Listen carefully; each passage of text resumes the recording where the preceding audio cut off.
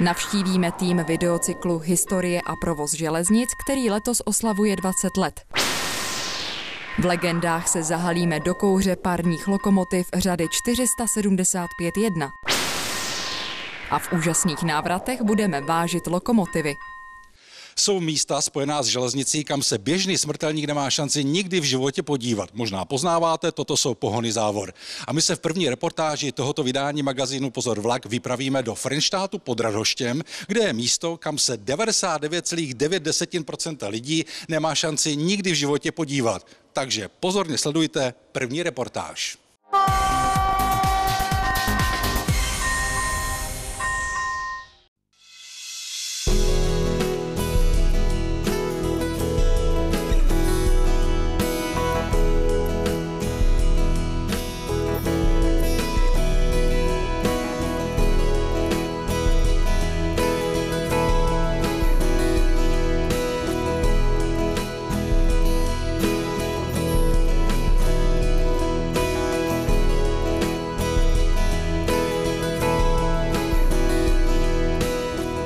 Jsme na návštěvě u Pavla Kundráta ve Frenštátu pod Radhoštěm a je to návštěva z kategorie vzácných.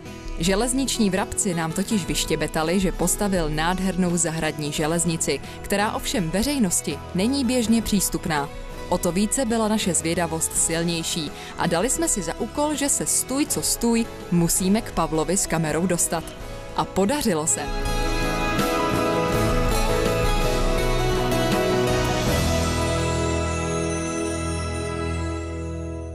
Modelářství se už věnují odmala. Začínal jsem ve velikosti TT, pak H0, nakonec jsem skončil u NK. A potom, jak jsme si postavili s manželkou dům, tak jsem využil část zahrady a postavil jsem si tuhle zahradní železnici.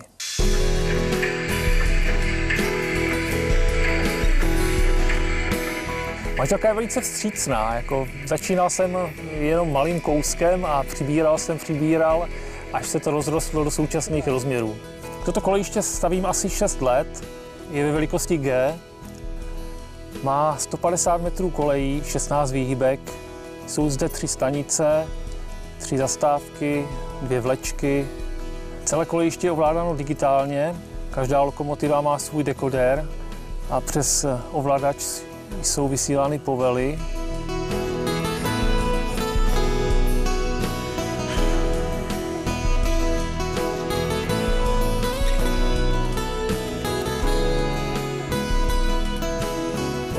Většinu staveb jsem sám postavil, jsou z polystyrénu a normálně dostupných materiálů, jen musí být odolné proti dešti a povětrnostním vlivům.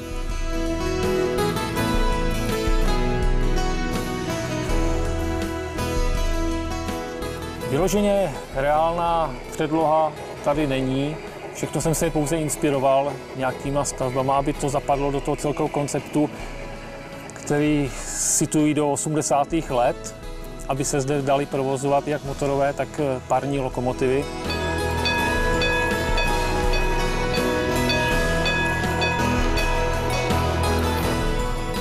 Převážná většina vozidel je německého původu, také rakouského nebo švýcarského. České předlohy se moc u nás nevyrábí, ale snažím se předělávat dostupné německé modely na české. Aktuálně mám rozpracovanou českou motorovou lokomotivu Tu-47. Základ pochází z 3D tiskárny a zbytek je z dokoupených komponentů, jak motory, dekodéry, světla a tak dále. Asi jste pochopili, že Pavel Kundrát má železnici přímo v krvi.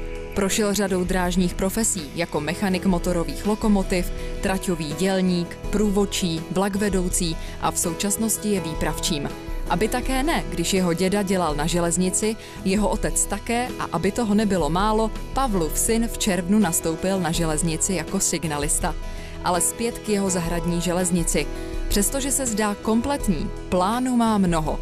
Chce osadit stanice návěstidly, zapojit výhybky k dálkovému ovládání a... No, to ještě nemůžu ani říct, jako ještě plánuju zubačku, ale to nemůžu jako takhle, aby si ta manželka jako to pustila. Ještě tady se mi to strašně líbilo, byl jsem u kolegy teď a jako měl tam tu zubačku, tak jsem si uvažoval, že tady z té staničky ještě tady někde tam udělám kopec a že tam ještě udělám tu zubačku. No. Už jsme to na začátku reportáže říkali. Pokud po jejím zhlédnutí plánujete navštívit zahradní železnici Pavla Kundráta, musíme vaše nadšení mírně schladit. Návštěvními pro veřejnost vyloženě nedělám, ale po dohodě školní kolektivy, mateřské školky sem občas zavítají. Pavel Kundrát má zahradní železnici prostě pro vlastní potěšení a relax. A my v redakci Pozor vlak mu jen tiše závidíme. Pavle, železnici zdar!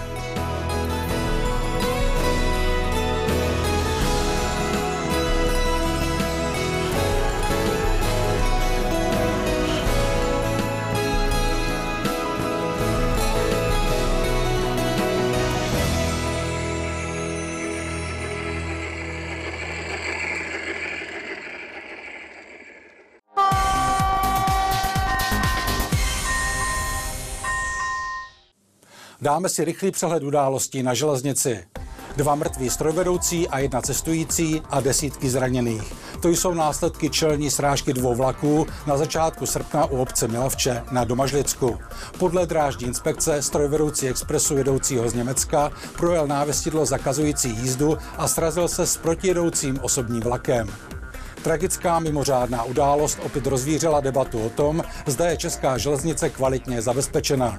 Zatímco kritici tvrdí, že je část infrastruktury zabezpečena zastaralým zabezpečovacím zařízením, Správa železnic prokázala, že jde o zabezpečení v souladu se všemi předpisy, nadto často s ochrannými prvky generální stop, případně automatický stop VNPN. Správa železnic navíc zavádí nejmodernější evropský zabezpečovací systém ETCS, obdobně rychle jako zbytek Evropy. Nehoda také rozvířila diskusi o kvalitě českých strojvedoucích, kteří projíždějí návěst zakazující jízdu stále častěji a jejich předáci otevřeně vyžadují systém, který má strojvedoucího hlídat. Víte, já tomu moc nerozumím. My bychom měli mít, nebo máme, perfektně vycvičené a vyškolené strojvedoucí, kteří by neměli chybovat. A pokud nyní se volá po jejich naprosto 100% kontrole systémem ETCS, který je opravdu velmi finančně i technicky náročný, pojďme se zabývat otázkou, že bychom opravdu měli vlastně přijmout program nahrazení toho lidského činitele touto drahou technikou. To znamená, že by opravdu ten vlak měl jezdit bez strojvedoucích, že by měl jezdit naprosto automaticky. Jinak vlastně ten strojvedoucí, který je 100% kontrolovan, hlídám tam víceméně filozoficky, tam nemusí být.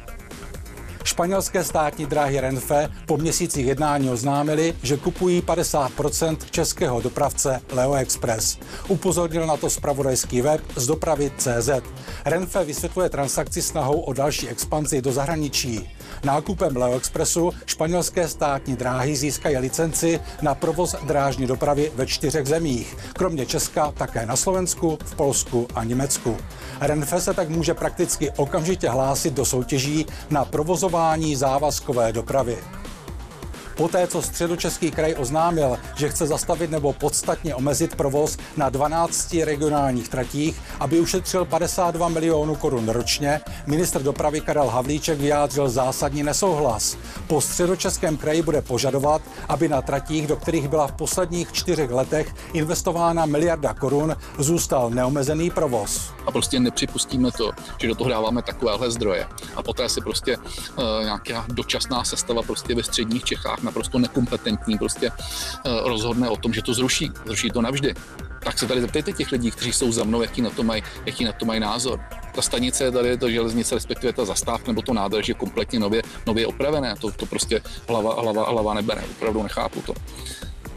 Nové brněnské hlavní nádraží vznikne podle návrhu nizozemského ateliéru Benton Crowell Architects, který stojí například za projektem nádraží v Rotterdamu nebo také za rekonstrukcí a dostavbou nádraží v Amsterdamu. Oznámila to kancelář architekta města Brna s tím, že se brněnské nádraží stane novou branou do města s pozitivním impulzem pro vznikající čtvrť Trnitá na nábřeží řeky Svratky. Výběr odborné poroty, ve které zasedla architektka Eva Jiřičná nebo urbanista Petr Gero, potvrdilo vedení města Brna i Správa železnic.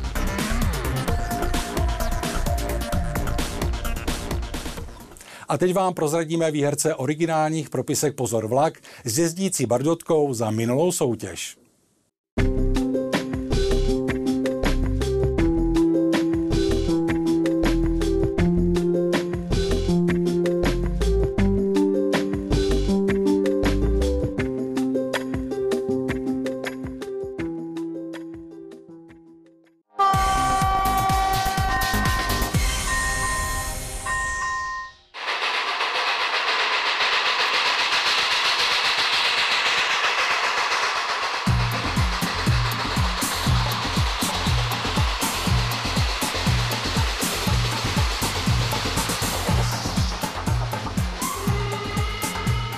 Skalním příznivcům železnice jsou tyto záběry zcela jistě důvěrně známé.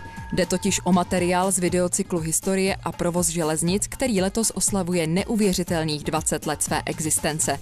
Za tu dobu autoři připravili 31 vysoce kvalitních pořadů, které mapují to nejzajímavější nejenom z českého vozidlového parku. Přiznejme si, že 20 let natáčení a stříhání, to už si zaslouží smeknout pomyslný klobouk před tvůrci. A hlavně to byl pro pořad Pozor vlak Impuls představit ty, kteří tráví každou volnou chvíli u kolejí a nebo ve střižně.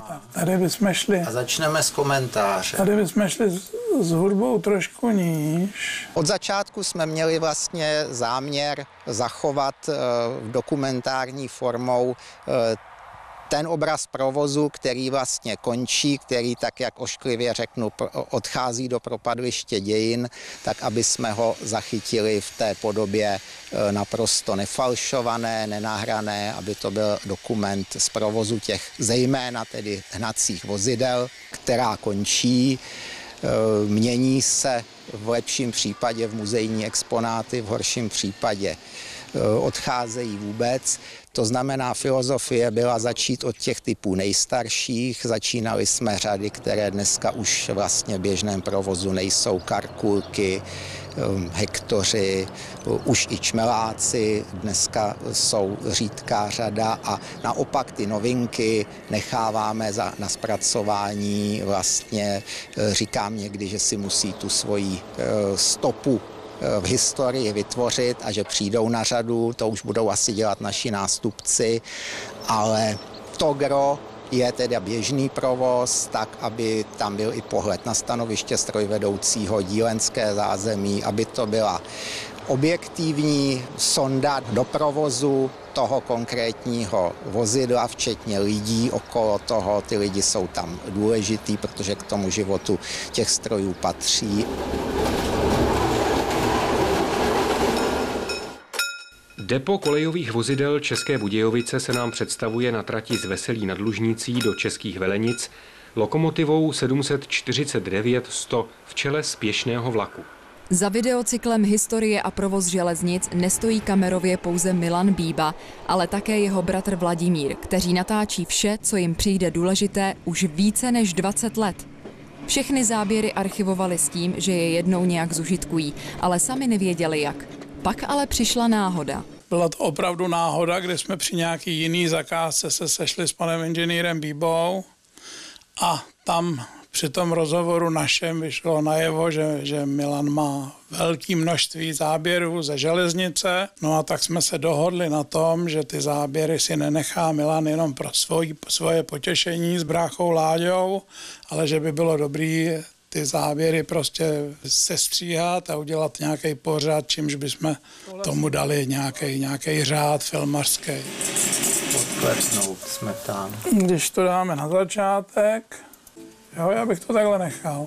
Ty vážnější začátky se datují tak od roku 96, kdy jsme si s bratrem pořídili analogovou kameru v systému HI8. Od roku 1999 jsme začali natáčet v digitálu na mini DV kameru. Od roku 2007 jsme potom přešli do formátu HDV a od roku 2015 už natáčíme v systému 4K. Aby jednotlivé díly cyklu Historie a provoz železnic byly obsahově bez chyb a také, aby se do pořadu dostaly záběry v souladu se všemi drážními předpisy, O to se stará řada odborných poradců, z nichž nejintenzivněji autoři spolupracují se Zdeňkem Nantlem. Mám celou řadu literatury, kterou jsem skupoval už vlastně od dětských let, protože k té železnici jsem se nějak dopracoval, řekněme, od asi 12 let, kdy mě zaujaly lokomotivy. Pak jsem pokračoval ve studiu na střední průmyslové škole železniční v Šumperku, která nám dávala takový ty základy lokomotivních teorií, vozby a potom, až jsem přešel do zaměstnání, tak jsem objížděl různá depa, zjišťoval stavy vozidel, sepisoval, no a těch zápisků je samozřejmě velká řada, které se teďka snažím zpracovávat do nějakého uceleného cyklu a z těch vlastně čerpám i pro ty komentáře k těmhletěm videoprogramům. Po odchodu zamračených z Jihlavy převzali jejich místo v nákladní dopravě 742. Spolu s kolegyní Lenkou Novotnou čteme komentář ke každému dílu. Dostaneme dopředu hromadu textu, potom se nad tím s inženýrem Milanem Bíbou ještě sejdeme, ladíme některé detaily, aby to i z hlediska českého jazyka bylo v pořádku a také si dáváme pozor na to, aby tomu komentáři rozuměl nejenom technicky zaměřený divák a posluchač, ale taky někdo jako jsem já, to znamená něco na způsob poučeného laika. V další části pořadu se pak budeme věnovat novějším jednotkám řad 460 a 560. I ty už jsou za zenitem svého provozu. Řada 451, původně EM 475-1, byla vyráběna v letech 1964 až 68. Víte, co je na celém projektu Historie a provoz železnic nejlepší? Přestože existuje 20 let, můžete dodnes sehnat naprosto všechny díly, které byly natočeny. Mimochodem, také náš pořad Pozor vlak z tohoto cyklu mnohdy čerpá unikátní záběry do rubriky Legendy. Přejeme všem, kteří se podílejí na tomto zajímavém projektu, ostrý obraz a dobrý zvuk. A těšíme se na další dílek.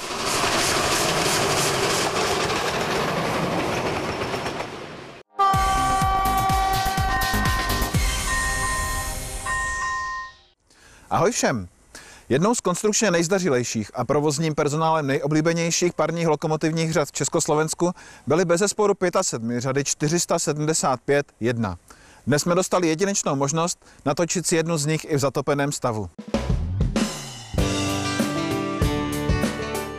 Vznik řady 475-1 je spojen se záměrem poválečné obnovy lokomotivního parku československých státních drah. Po skončení druhé světové války totiž ČSD provozovali velké množství lokomotivních řad, často zcela odlišných konstrukcí. Z části šlo o stroje předválečné výroby, mnohé z nich už ve značně opotřebovaném stavu, z části o kořistní lokomotivy zahraniční výroby a stejně tak o několik typů, dodaných do Československa v rámci válečných reparací z Německa a Maďarska, nebo v rámci pomoci z Ameriky a Velké Británie. Hned po skončení války zpracovaný plán omlazení a sjednocení lokomotivního parku počítal s výrobou známých Albatrosů řady 498-0 pro expresy a dálkové rychlíky na hlavních tratích, zatímco pro ostatní rychlíky, osobní vlaky, ale i lehčí vlaky nákladní se počítalo právě s řadou 475-1. Pro úplnost dodejme, že pro nákladní vlaky se počítalo s výkonnými lokomotivami řad 469-0 a 569-0, od jejichž výroby se ale upustilo ve prospěch jednodušších štokrů řady 556-0. Vývojem a výrobou všech uvedených řad byla pověřena plzeňská Škodovka. Její technici podnikli po skončení války několik studijních cest do zahraničí, včetně Ameriky, aby mohli projektovat své lokomotivy dle nejnovějších světových trendů. Díky tomu se třeba právě na 75 objevilo několik v Československu zcela nových konstrukčních prvků, jako například spalovací komora, varník a natřásací rošty.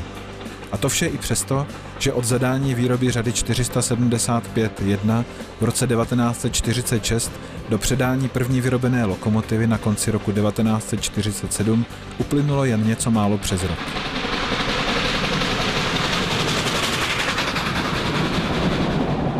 Po konstrukční stránce je 75 parní lokomotivou se čtveřicí spřažených náprav a trojici běhounů.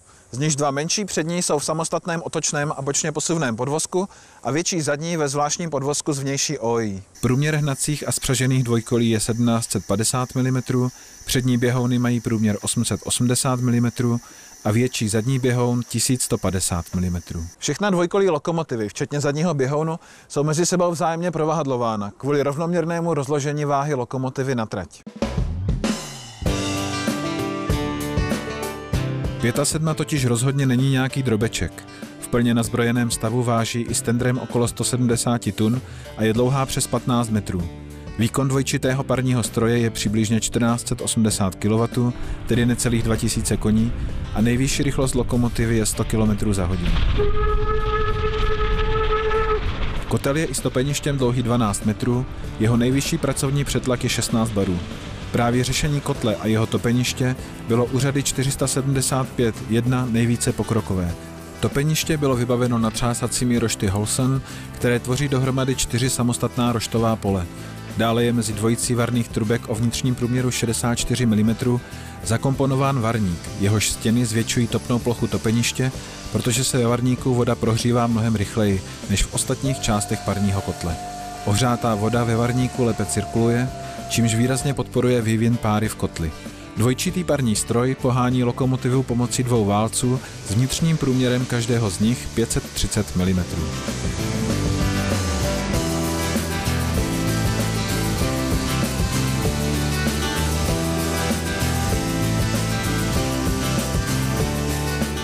V letech 1947 až 1951 bylo v Plzni ve 3 sériích vyrobeno celkem 172 lokomotiv řady 475-1. Posledních 25 kusů se ale do provozu na československých kolejích nedostalo, protože byly v rámci pomoci dodány do Korejské lidově demokratické republiky. Zatímco mezi 20-kusovou první a 35-kusovou druhou výrobní sérií byly jen minimální rozdíly, lokomotivy třetí série, tedy od 56. vyrobené lokomotivy, už měly modernější tendr a byly vybaveny mechanickým přikladačem paliva. Navíc byla část lokomotiv vybavena válečkovými ložisky rozvodu a plochými dyšnami Kychlab s dvojitým komínem. Během velmi úspěšného provozu šlechtičen, jak se řadě 475-1 začalo později také říkat, prošla část nejstarších strojů modernizací po vzoru novějších kusů.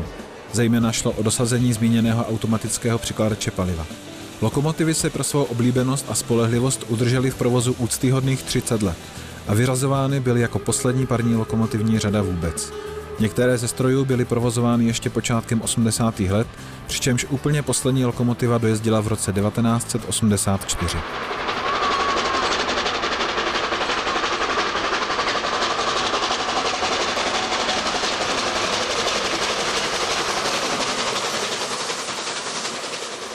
Dnešní legendy jsme natáčeli s lokomotivou 475-111, která byla v roce 1948 dodána do depa v Plzni.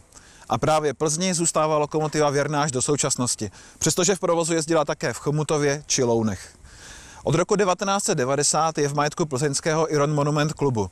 Zprovozněná byla v roce 1996 také za využití českovelenické žosky.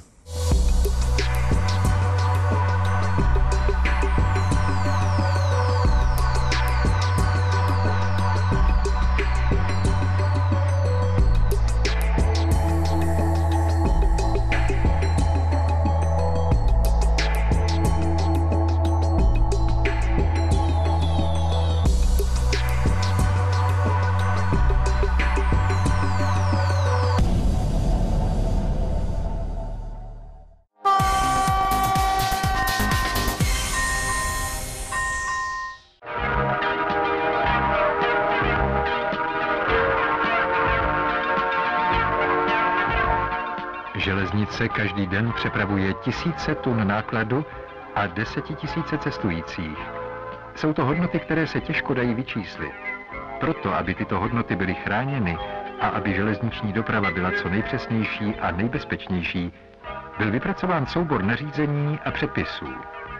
Jedním z nich je i předpis P1 a V25, který ukládá povinnost vážení lokomotiv ve stanovených tolerancích. Vážení lokomotiv bylo snad ještě důležitější u lokomotiv parních. Jednu z vah, která je pamatuje, ve filmu uvidíme. Tyto váhy bývaly pouze v železničních dílnách nebo největších depech a stroj za nimi musel dojet. Dnešní technologie umožňují i opak, jak ukazuje použití váhy určené pro kamiony. Předpis pravidla technického provozu železnic byl nahrazen vyhláškou 195/1995 sbírky, dopravním řádem drah a předpis pro údržbu elektrických a motorových hnacích vozidel dodnes platí, i když ve změněné podobě. Filmová kamera nám zřetelně přiblíží činnost části podvozku lokomotivy. Správně zatížený a bezchybně fungující podvozek vypéruje všechny nerovnosti kolejí. Nesprávně zatížené kolo může na chvíli ztratit vodící schopnost a zavinit katastrofu. Téměř 18% z vážných nehod, ke kterým došlo na našich železnicích v posledních letech, bylo prokazatelně způsobeno nedodržením předpisu o správném zatížení dvojkolí lokomotivy. Téměř každé páté nehodě se dalo zabránit, kdyby lokomotivy, které se později vykolejily, byly správně a pečlivě zváženy.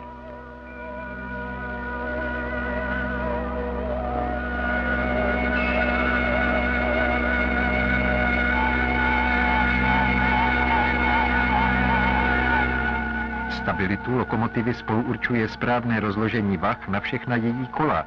Aby bylo vyloučeno vykolejení, je nutno zachovat poměr kvazistatických sil.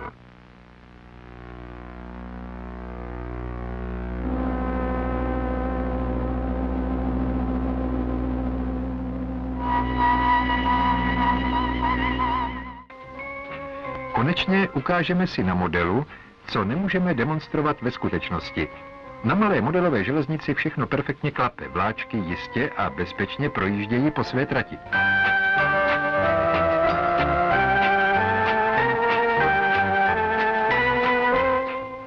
Teď zatížíme všechna kola vybrané lokomotivy stejným závažím.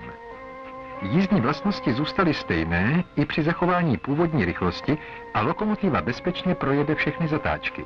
Odebereme-li jedno závaží, porušíme rovnoměrnost zatížení podvozku a jízdní vlastnosti se podstatně zhorší. Při zachování rychlosti průjezdu sklouzlo méně zatížené kolo z kolejnice a zavinilo havárii. Když se totéž stane ve skutečném provozu, mohou být následky katastrofální.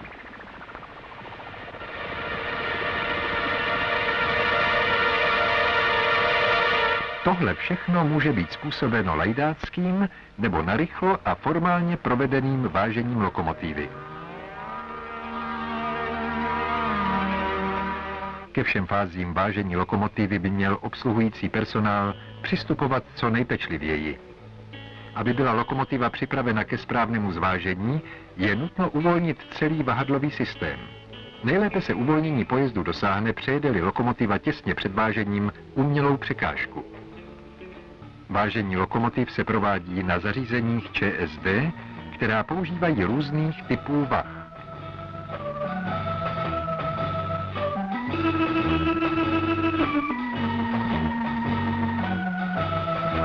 Po prvním vážení se provede případná úprava a seřízení stanovených tlaků přímo na váze podkládáním pružnic, výměnou opěr nebo úpravou dotažení matic na závěsných šroubech. Odpovídá-li rozložení hmotnosti tolerancím, provede se záznam do vážního lístku. Při opravách a výměnách podvozků, dvojkolí, pružnic a podobně ukládá předpis V25 zvážit lokomotivu po ukončení práce. Právě tak je nutno vážit lokomotivy po každé periodické opravě podvozku a vždy, kdy dochází ke změnám kolových a nápravových tlaků. Jednotlivé části podvozků, pružících elementů a závěsů musí být pečlivě prohlédnuty, aby nebyly opotřebované a poškozené.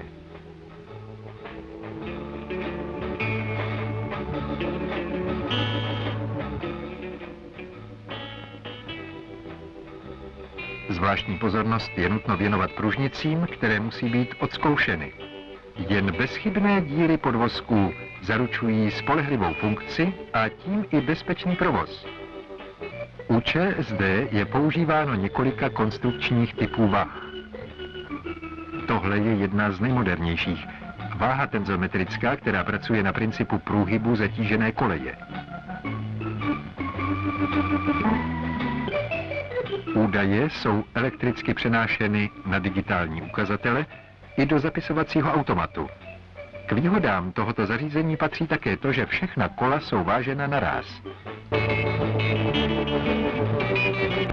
Všechny údaje jsou pak automaticky zaznamenány na vážný lístek. Správně rozložené kolové a nápravové tlaky zvyšují bezpečnost jízdy. Nezapomeňte, že dodržováním předpisu P1 se dalo zabránit mnoha nehodám na našich železnicích. Vážení hnacích vozidel nabývá na důležitosti se zvyšujícími se rychlostmi. Je možné i vážení za pohybu vozidla. V příštích návratech se můžeme těšit na zajímavé výstražníky.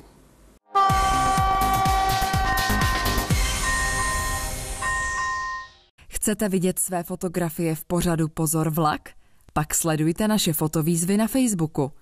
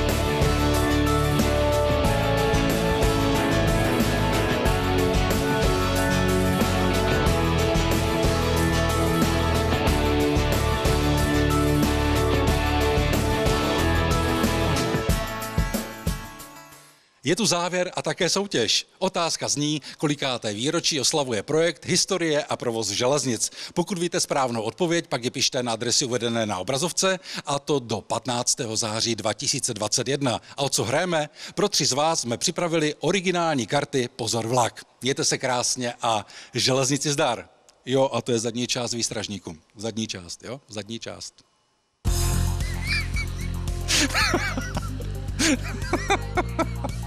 To jsou zvuky. To, kdybyste slyšeli, tak se divíte. Počkáme, až to dosplachuje, jo? Jenom máme, zpomal trošičku.